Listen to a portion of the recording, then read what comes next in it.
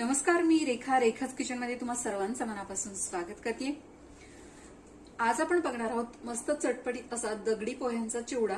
दगडी पोहे म्हणजे जाड पोहे, जे रेग्युलर आपण पोहे वगैरे बनवण्यासाठी वापर करतो, तर तेच हे पोहे आहेत आणि मस्त असं चटपटीत झटपट असा हा चिवडा तयार होतो। सो यासाठी आपल्याला साहित्य काय लागणार आहे, कशा पद्धतीने बनवायचं आहे। सो यासाठी आपल्याला लागणार आहे 1 किलो दगडी पोहे।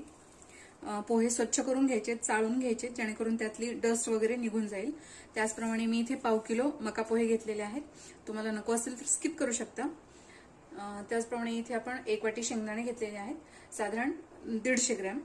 त्याचप्रमाणे भाजके डाळे, खोबऱ्याचे काप, इथे मी चाट मसाला घेतलेला आहे, तुम्ही आमचूर पावडर घेऊ शकता थोडंसं चटपटीत होण्यासाठी, नको असेल तर स्किप करू शकता। त्याचप्रमाणे चवीनुसार मीठ, लाल तिखट, तिखटाचं प्रमाण तुमच्या आवडीनुसार कमी अधिक इथे करू शकता। इथे आपण आज रेडीमेड चिवडा मसाला वापरणार आहोत,